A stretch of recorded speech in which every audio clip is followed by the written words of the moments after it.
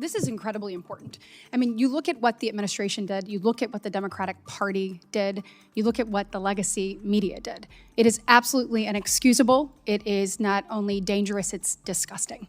And the American people deserve better. And the fact that we have none of my Democratic colleagues over here, that this entire dais is empty, that what they allowed to happen, that they are not interested in correcting it for the future, is absolutely mind-blowing.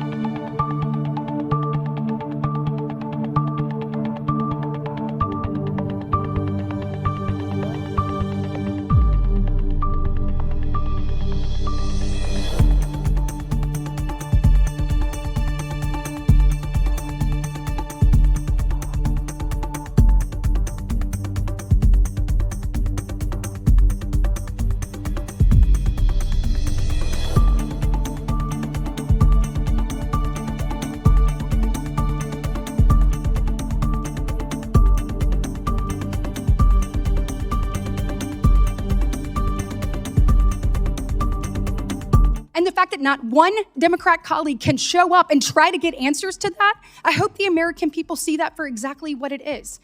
And so my questions to you is, how do we prevent this in the future? So we know that the 25th Amendment in the 1960s, we take a look at that. Section 4 was purposefully vague to allow for some flexibility. Clearly, it either didn't work or we have some people we need to hold accountable for not stepping up. So I want to know from you all, what do we need to do? Do you think that there need to be more guardrails when it comes to Section 4? Do you think that we need some more standards to evaluate that? And if so, what should those standards be?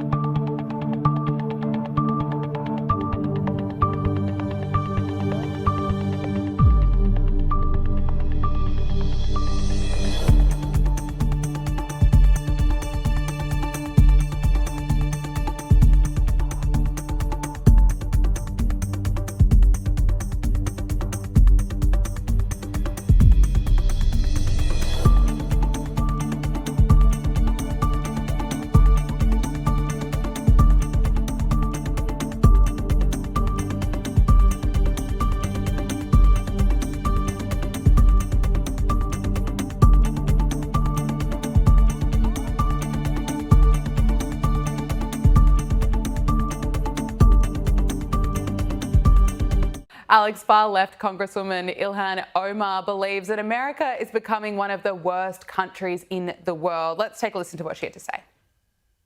I mean, I grew up in a dictatorship. And I don't even remember ever witnessing anything like that. To have a democracy, a beacon of hope for the world to now be turned into one of the worst countries where the military are in our streets without any regard for people's constitutional rights, while our president is spending millions of dollars propping himself up like a failed dictator with a military parade. It is really shocking, and it should be a wake-up call for all Americans. So one of her big concerns is that there was a military parade marking the 250th anniversary of the US Army, and that coincided with the president's birthday. And she claims that, holding this parade, honouring veterans, makes Trump a failed dictator. I thought Whoopi Goldberg was bad, but at least, she's being direct and honest about how much she frankly hates America, straight up saying it's one of the worst countries in the world. Well, first of all, Ilhan Omar is from Somalia, and there's evidence that she married her brother. And you know, she's talking about parades. I'd like to see a pride parade in Somalia. That does not happen. So her fifth world, not even third world, not even fourth world, fifth world country where you can't even be an open homosexual. You know, you could be punished by death theoretically where she's from. So she wants to talk about how her country is better than America. Give me a break. America is a billion times better a country to live in, work in, and just do business in, anything in America. And no offense to Somalia, I'm sure there's some great Somali people, but we're comparing apples and oranges when you compare the United States of America and a fifth world country like Somalia that literally doesn't even have gay rights. So give me a break. Ilhan Omar, she should be ashamed of herself. And she was empathetic to the terrorists on 9/11. So she's just honest. She hates this country. And that's a sad reality, is that we actually have politicians that are sitting currently in power that hate the country in which they're serving. Clearly. It's just so redundant or and they're being open about it. They're literally telling us how much they hate the country. It's sad, but it's a real thing. And they're not even hiding it. Some people aren't. Well, let's talk about California Governor Gavin Newsom. Of course, he failed California earlier in the year during the fires. He failed once again during the LA riots, but that is not stopping him from attempting to become the leader of the Democrats as he eyes off the presidency in a few years' time.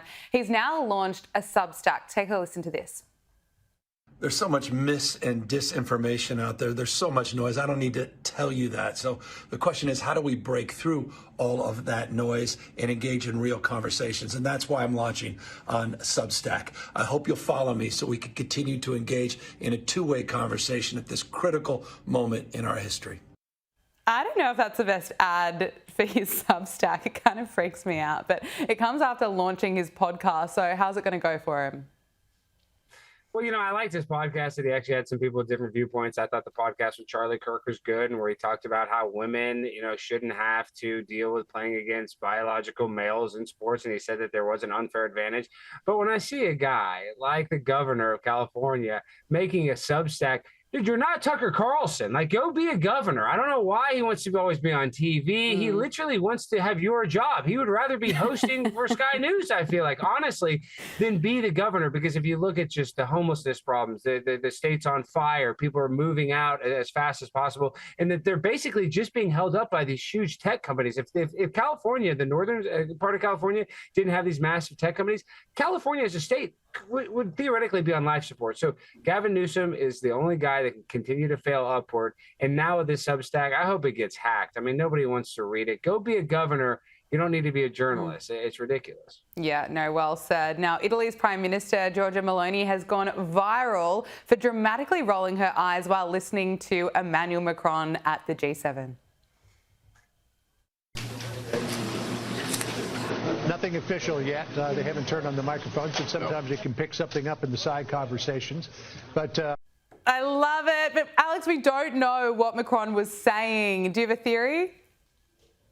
No, but she's probably talking about how Macron got beat up by his wife. I mean, that is a soap opera. If there is a soap opera, is you know, Emmanuel Macron and what's going on in Paris and France. Like, literally, we see it on the world stage. If people want to say that Joe Biden looked bad, I would say Emmanuel Macron looks a billion times worse than Joe Biden's ever looked. At least Dr. Joe Biden was never on tape pushing him, you know, down a flight of stairs or anything like that. So, you know, the people of France, I can see if they're embarrassed, and the people of Italy, they're laughing, and the people of America are too. Absolutely. Alex Stein, so good to talk to you. Thank you so much for joining us on Power Hour. Always a pleasure. Talk to you again soon.